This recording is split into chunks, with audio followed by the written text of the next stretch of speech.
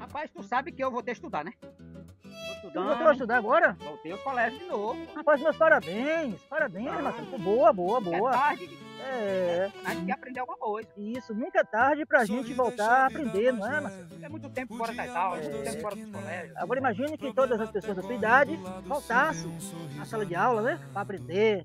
Seria muito. O mundo seria bem melhor. Exatamente. A minha volta é um incentivo para os demais, né? Com certeza. Muitos seja esse lado aí, retorne para essa. Eu lhe apoio totalmente. E precisar, o que precisar de mim, eu tô aqui para lhe ajudar também. Mas tá bom demais, tô feliz demais aprendendo muita coisa. Já aprendi muita coisa. Eu disse, voltei a relembrar. Graças a Deus. Tá bom demais. Mas rapaz, agora tem uma coisa que eu queria que você me dissesse. Eu tô um pouco meio encafifado minha mente com uma coisa aqui. Diga. Eu estava na sala de aula ontem. E aí escrevi a palavra mulher, a letra M. Hoje, eu escrevi hoje a letra H.